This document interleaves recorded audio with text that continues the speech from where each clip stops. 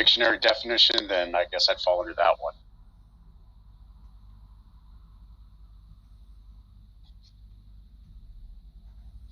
So, always been a Christian? No. No one has always been a Christian. Someone can have always been under Christian influence, but you're not a Christian until you're born again. So, were you raised Christian, I guess would be my question then. In a manner of speaking, yes, but no, not. It's kind of like the person who Darth was talking to earlier, and I forget his name, the Catholic. Let's say if you're brought up in a Catholic church, are you raised a Christian, or are you just raised around some Christian teachings, you know? Right on. Actually, I think you would probably, if you're believing the full worldview of a Catholic, then wouldn't you be a Catholic under that? And some people consider Catholics Christians, and some people don't. So, I went to church, I was brought up going to church, but going to church doesn't mean you're brought up as a Christian. This is what I was trying to say. Yeah, no, I got you on that one.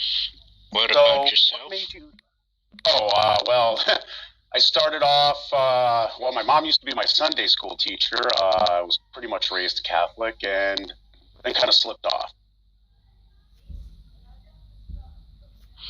Okay, what made me become a Christian or what? I was going to say, what made you choose Christianity? Well, not so much what made you choose, but what was it that had you decide Christianity was the right way to go?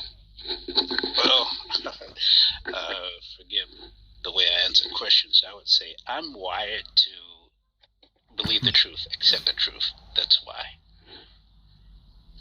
That's cool.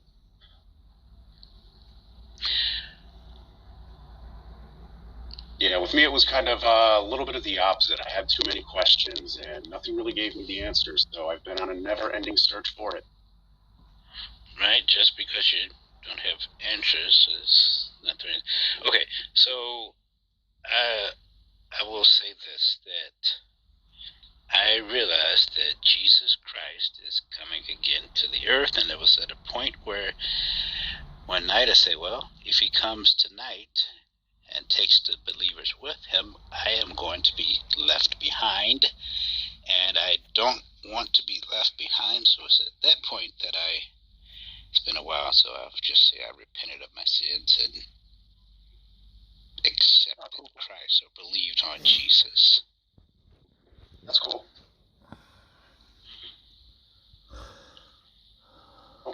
Amen. Okay, so can you share some of the questions, of the questions that you had that caused you to fall away, or whatever you want to call it? Have you gotten any answers to any of those questions? Not exactly. The closest that I can come to is either God exists or God doesn't exist. Are you an atheist, Seth? I would refer to myself as non-religious, unless you're asking me if I'm using the dictionary definition, in which case, yes, I would say. Okay.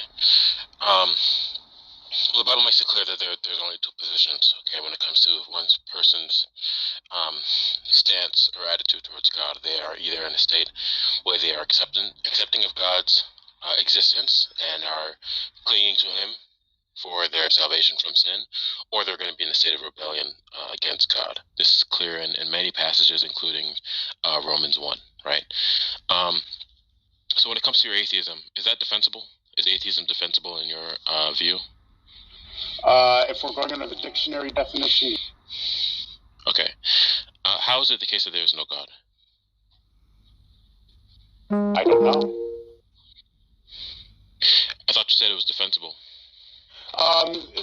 Going under the dictionary definition of atheism being a lack of belief, yes. When you have a lack of no, the dictionary definition. No, it's actually quite the dictionary definition of atheism is one person's adoption of the belief that there are no gods. That is the dictionary definition of atheism. I'd have to argue because the dictionary definition, as I've read it, was the lack of belief or denial of God. No, the dictionary, the definition of atheism is the position that there are no gods. There may be some newer things that may try to muddy the waters when it comes to the definition of atheism, but the classical, historical, and philosophical definition of atheism is and always has been that there is the position that there is no God. Okay? Now, do you hold that position that there is no God, Seth? I hold the position that there either is or is not. No, Seth, everyone holds that position. I want to know from you, do you hold the position that there is no God? No. Okay, so do you hold the position that there is a God? No. Okay, so what you're trying to posit right now is a position of neutrality, that you are non-committal as to whether or not there is a God or that there isn't a God, correct? Either that or apathy. Okay. Such a claim or such a position is not possible, and I can explain to you why. The reason why it's not possible is because whenever you exist, your existence in the world, and as a conscious, rational being, as a conscious, rational creature, that means, right, that you are going to be invoking and conceptualizing of the facts of the world around you. Such conceptualization and invoking of facts, when you do so, is going to require that you have a philosophy of facts or some sort of model of reality that pertains to what the facts are and how they are, okay? And those facts, when you reference and conceptualize them, okay, are either going to be existing with a relationship upon God, where God is defined as that which is ultimate and the creator and sustainer of all facts, or it'll be that those facts exist without relation to God, that God is not that which is ultimate and the creator of all facts. Okay, those are the only two positions. So to say that you're neutral is a false claim. It is a false claim that cannot be substantiated. So, with that in mind, which of the two positions would you say you're in? Would you say you're in a position where you conceptualize the facts as though they are dependent upon God, or as though they are not? Well, I kind of go under the worldview that, like I said, there either is or there is not. As far as how I operate, there could be. Seth, that's not what I asked you. I didn't ask you about could be's. Everyone who's invoking facts, okay, they're doing so meaningfully, they're doing so intelligibly, they're doing so with reference to their model of reality, okay? They're doing so with reference to their model of what and how facts are. Everyone does it. Everyone continues to do it, and everyone is doing it right now, okay? So whenever you invoke the facts, okay, let's say you invoke the fact that we are having this conversation, okay? In your mind, are you conceptualizing that fact as though it is dependent upon God? Yes or no? What's the name? In part with our conversation. So you believe that the facts are dependent upon God?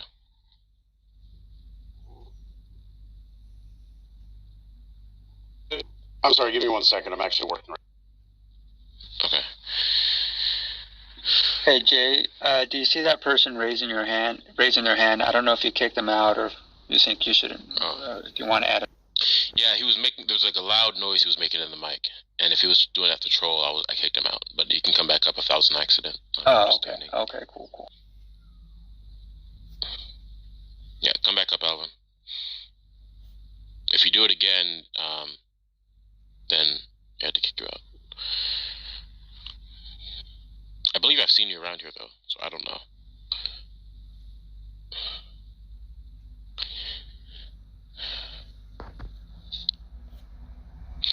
The room is open again until Seth comes back, if there's any other atheist who wants to come up.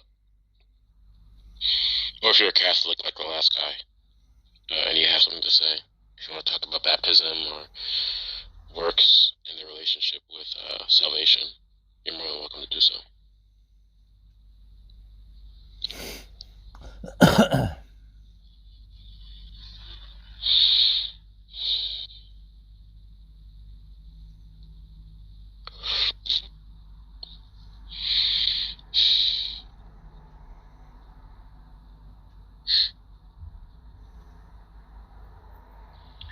I kept the group alive a little bit longer. I was almost about to close out, and seems like you and Tess are probably going to have a good conversation, and hope it goes somewhere.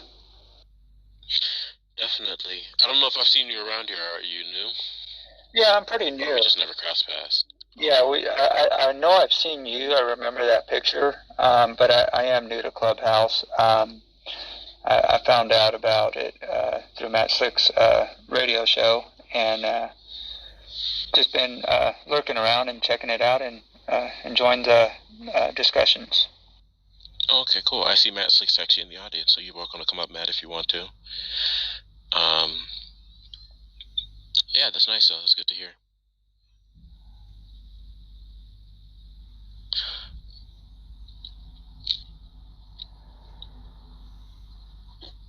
All right, sorry about that. So, all right. The question again was, do I believe facts necessitate God? No. What I asked you is when you invoke and conceptualize facts, okay, either that will be the facts exist with reference and their existence depends upon God, or not. So when you invoke facts, do you invoke them as though they are dependent upon God and that they exist with reference to God as that which is ultimate? Wow, I really haven't thought about that too much. I mean, like I said, I'm kind of in the it could. No, I'm asking what you do, Seth. I'm asking what you do. Well, what I do is live my life. Sometimes there are respects to God. Sometimes there aren't. I guess is the easiest way to say it. I know that doesn't really make Seth. This is not complicated. Okay. If you ask me, for example, I invoke facts every day. I conceptualize facts every day with reference to my model of reality. Okay, and either implicitly or explicitly, when you ask me what I'm doing, with respect to how I reference facts and what the facts themselves reference, okay, I would say that they exist with dependence upon God, right? So if you ask me, okay, J. Robin, do you believe that the facts exist with dependence upon God? Do you reference God when you, do you acknowledge God as that which is the ultimate reference point for facts? I would say yes, that's what I do. Okay, now when I ask you the question, it should not be complicated. Either you do reference facts or you don't, which would subsequently entail that you evoke the facts as though they do not exist with dependence upon God. Okay, so which of the two is it for you? See, that's where I kind of have the rub. It's because in actuality that is true. However, when you're talking about people's worldviews, there's a million and one. Some can, some can't, some may have. Seth, it's a true dichotomy. It's a true dichotomy. It's one or the other. Either your facts exist with dependence upon God or not. There's only one of the two. So however many worldviews there are, they're going to fall into one of the two categories, and only one of the two categories. Not more, not less. So which of the two would it be for you? Do you invoke facts when you invoke facts? Do you conceptualize them as though they exist with reference to God? Yes or no? Do you conceptualize them in that fashion?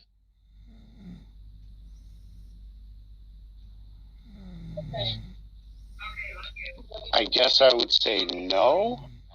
Okay. The non-acceptance of God, right, with respect to the existence of facts and their relationship to God, is it entails, it is either implicitly or explicitly, depending on if you say it or not. But in this case, you're not actively and explicitly saying it. So in your case, what you would be doing is implicitly denying the existence of God, whether or not you accept it or whether or not you want to admit it. Okay? Your position is one where you adopt that God does not exist because you conceptualize the facts as though God is not in a relationship causally with them. So what you'd be doing is denying the existence of God implicitly, because God cannot and does not exist in a world where the facts do not exist because of Him causally. Why not? Because God is defined as that which is ultimate and the basis and cause of all facts. All temporal facts exist because of God. So if God were to exist within a world, then all facts would derive from Him. The only other option is that the facts don't derive from God, which is until that there is no God, as He's been defined. So what your position is one of atheism. Atheism is the belief that there is no God. That is what you hold to. You cannot hold to a position of neutrality here. I'm not holding to a belief in neutrality. I'm holding to a belief that there possibly could or possibly not. It generally doesn't. Position. Like, well, it's not exactly something I always think about. I don't go to church, so I don't consider myself religious. Okay. But your position is one of denial of God, right? Because of the reasons I stated earlier, okay? The position of denial of God, implicitly or explicitly, is one where someone will adopt that the facts exist without reference or derivation from God, which is your position. So I'll ask you again, how is it the case that there is no God? Well, I can't totally say how there is no God, but I can give you some examples as to why the possibility of your definition of God cannot be true. No, it's a very simple question. I want to know from you, how is it the case that there is no God? Because the way I've defined God is not a controversial definition, right? So what I want to know from you is, how is it the case that there is no God? Okay, so I guess I'll start off with, is the physical universe objectively real? Yeah, the physical universe is real. I want to know from you, how is it the case that there's no God, though? I want to see the relevance. This is going into the reason why. If everything is created by a mind and it is being sustained by a mind, then it doesn't make it objectively real. It would only make it subjective, wouldn't it? No, objectivity just refers to the fact of the matter, what is true. Okay. But it would be at the whims of a mind. No. What we're talking about objectively, so for example, if I tell you that the apple's on the counter, right? Let's say that's a true, or that's an actual state of affairs. To say that it's objective would just mean to say that it's actually the case, right? So when you say like objective truth, for example, that's kind of a redundancy, right? Because truth just refers to the actual state of affairs. Like it's a reference to the actual state of affairs. So to say that something's objectively true is just, we say objective, is referring to what is actually there, right? So that's all that's being referred to. Yeah, kind of like free will. Now, when you say minds, you're talking about human mind. You're not talking about the mind of God. That's objectivity. Subjectivity doesn't have any relevance to the mind of God as that which is ultimate. So I'd ask you again. Asking me questions, by the way, is not a argument, right? So I want to know from you. You believe your position is that there is no God. So how is it the case that there is no God? So the question was mostly because I wanted to kind of know where your view was. So that way, as I was leading into that question or that answer. Well, you know God is defined as a supreme being that all things derive and depend upon. So I want to know from you, how is it the case that there is no God? Okay, but I thought the only question I really remember asking you was, do you believe that objective reality exists? And that was because, again, in my opinion, something from the mind. How can something from the mind create something objective? It would be subjective, because if the mind sustains it, then the mind would be able to change it at its. What I believe is not relevant here. Okay, what I want to know from you is, how is it, because you're the one, this is your position, I want to know from you, how is it the case that there is no God?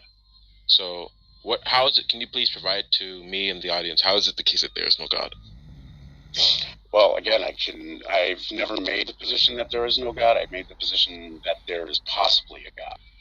Well, that is your position. We've established that that's your position, because there's one or two positions that any person can hold at a given point in time. It's either that they conceptualize the facts. It's either that they will conceptualize the facts as though they are dependent upon God, or not. Now, your position is the not. Where was the shifting here? Oh, where was the shifting? Did you want me to talk now? Yes, I want an answer. Yeah, where is the shifting? Where did I shift the conversation?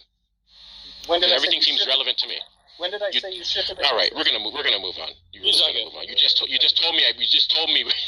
You just said I was shifting topics around and trying to cram things.